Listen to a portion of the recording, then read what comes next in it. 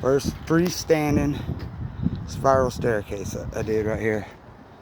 And this way it works is it's all just floating.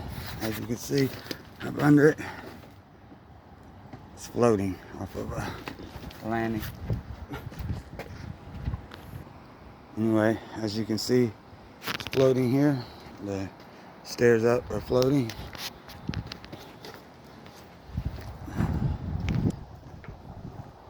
And voila.